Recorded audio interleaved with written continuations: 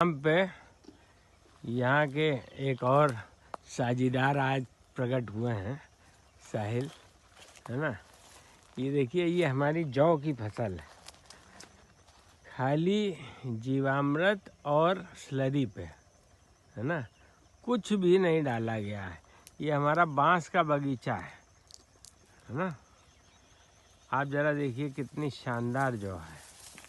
तो चंदेल जी कैसी फसल दिख रही है? सब बहुत बढ़िया है। हैं? बहुत बढ़िया फसल है ना। आप देखिए ये इस तरफ तो और भी अच्छी दिख रही है। ये तो किनारा ये ऊंचे का वो अंदर है ना। बहुत बढ़िया फसल है, ये देखिए। हाँ, अब इसकी कटाई हमारे ब्रश कटर से होगी, तो एक ही दिन में एक आदमी पूरा काट डालेगा और अपने सोलर वाले थ्रेशर से इसकी थ्रेशिंग हो जाएगी। बिना लागत, बिना प्रदूषण की खेती।